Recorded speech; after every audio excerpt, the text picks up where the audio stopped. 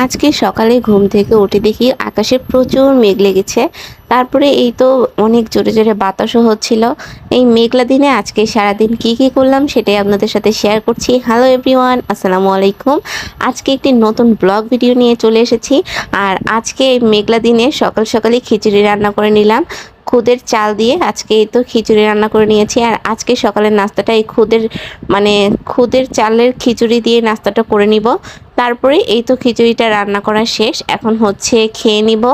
আর খিচুড়ি খাওয়ার সময় আমার শসা কাটার কথাও খেয়াল ছিল না, আর লেবু কাটার কথাও খেয়াল ছিল না। আমার প্রতিবারই এমনটা হয়, খাওয়ার শেষে মনে পড়ে।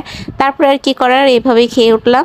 তারপরে আজকে হচ্ছে পুঁটি মাছ দিয়ে, মানে এই ছোট গুঁড়া মাছ দিয়ে আজকে লতি রান্না করব।